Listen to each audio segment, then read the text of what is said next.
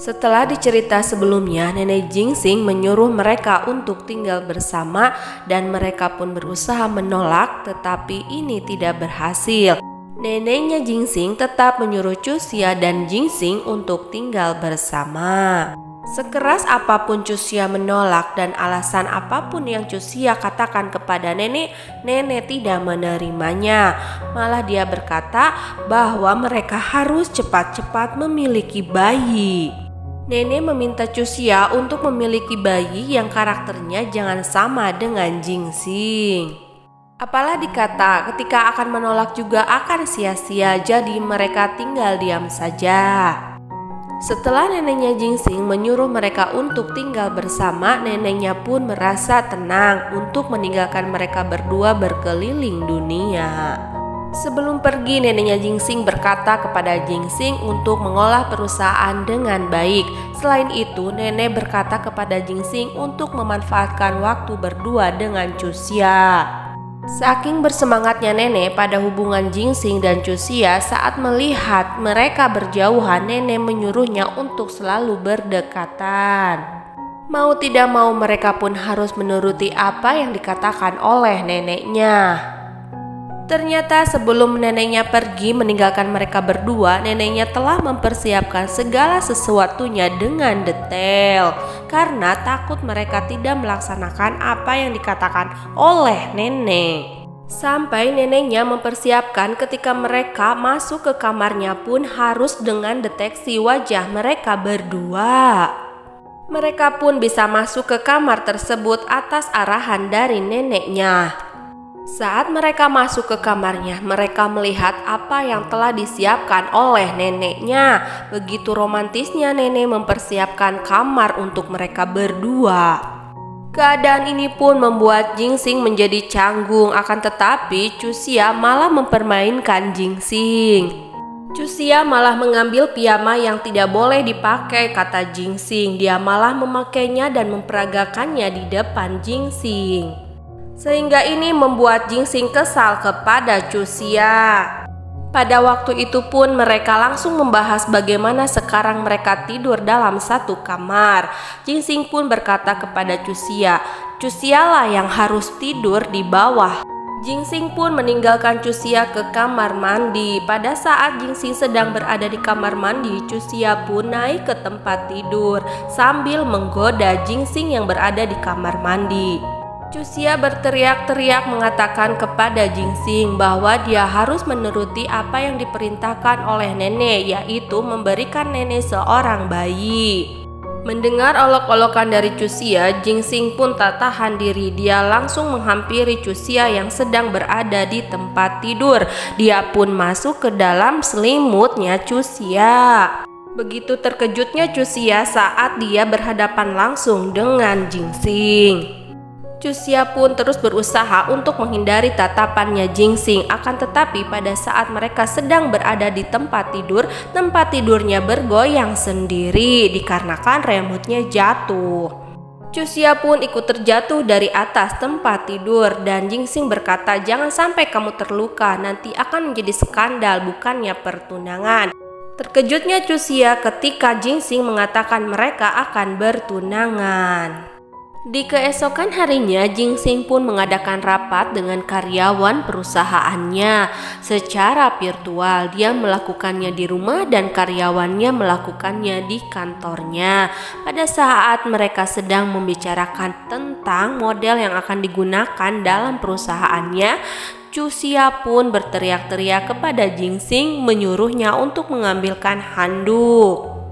Spontan semua karyawannya pun mendengarkan dan mereka pun menahan tawa di depan Jingxing. Selain berteriak, ternyata Cusia pun muncul berada di belakangnya Jingxing. Otomatis semua karyawannya pun bisa melihat tingkah dari Cusia. Mereka pun bersama-sama menahan tawanya. Jingxing pun mengakhiri rapatnya bersama karyawannya tersebut karena situasinya juga sudah mulai tidak kondusif ketika Cusia mulai muncul dan memang rapatnya pun sudah dapat kesepakatan. Melihat tingkah Cusia, Jingxing pun hanya bisa berkata kepada Cusia untuk tidak melakukan hal seperti itu sebagai istri seorang presdir. Jingxing pun menyuruh orangnya untuk mempersiapkan acara pertunangannya dengan Chuxia. Setelah acara pertunangan antara Chuxia dengan Jingxing diumumkan di media sosial, ternyata teman perempuannya yang waktu malam itu membawa Chuxia ke kamarnya Jingxing membacanya. Dia pun terkejut melihat berita tersebut. Dia meyakinkan bahwa itu memang Chuxia dan akhirnya dia pun menelepon kepada pacarnya Chuxia yaitu JK. JK yang pada saat itu sedang berjudi ditelepon oleh temannya Chuxia mengatakan bahwa Chuxia akan bertunangan dengan presidir suatu perusahaan. Dia pun tidak merasa terkejut karena dia sudah tahu bahwa orang tersebut adalah yang membayarkan hutang untuk dirinya. Namun di sini muncullah pemikiran dan ide yang begitu licik dari mereka berdua. Sepertinya mereka merencanakan hal yang tidak baik untuk pelaksanaan tunangan Chuxia dengan Jingxing.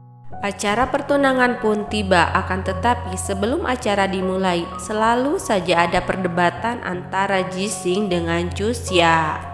Malah saat Chuxia menggodanya, dia bertanya kepada Jingxing apakah dia cantik, namun kata Jingxing biasa saja.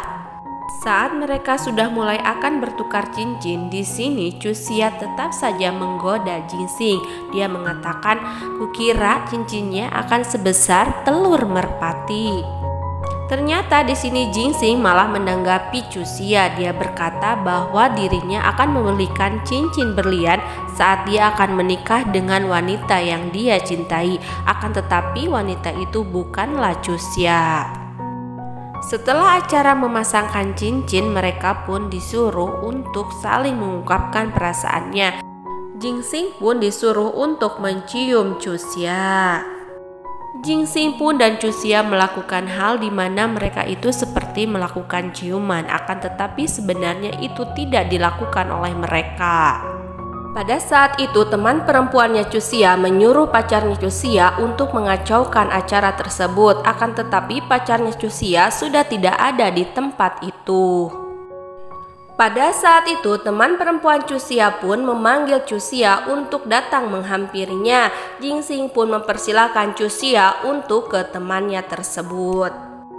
Setelah mereka berhadap-hadapan, teman perempuan Chuxia mengatakan kepada Chuxia mengapa Chuxia bisa sampai bertunangan dengan Jingxing. Padahal sebenarnya dia sangat mencintai Jingxing. Semua yang terjadi adalah kesalahan yang dibuat oleh teman perempuannya. Dia mengaku bahwa dialah yang mengantarkan Chuxia ke kamarnya Jingxing, yang seharusnya pada waktu itu dialah yang harus bersama Jingxing. Karena dia tidak mau Jingxing bersama perempuan yang lain, setidaknya dia bisa mempercayai Chuxia. Akan tetapi kenapa sekarang Jingxing malah bertunangan dengan dirinya? Pada saat Chuxia sedang berbicara dengan temannya, datanglah Jingxing dan dia mengatakan bahwa semuanya telah terjadi. Jingxing pun berkata kepada perempuan tersebut, jangan berharap ada hubungan lebih dengannya. Ini hanya sebatas hubungan perusahaan dengan model perusahaannya.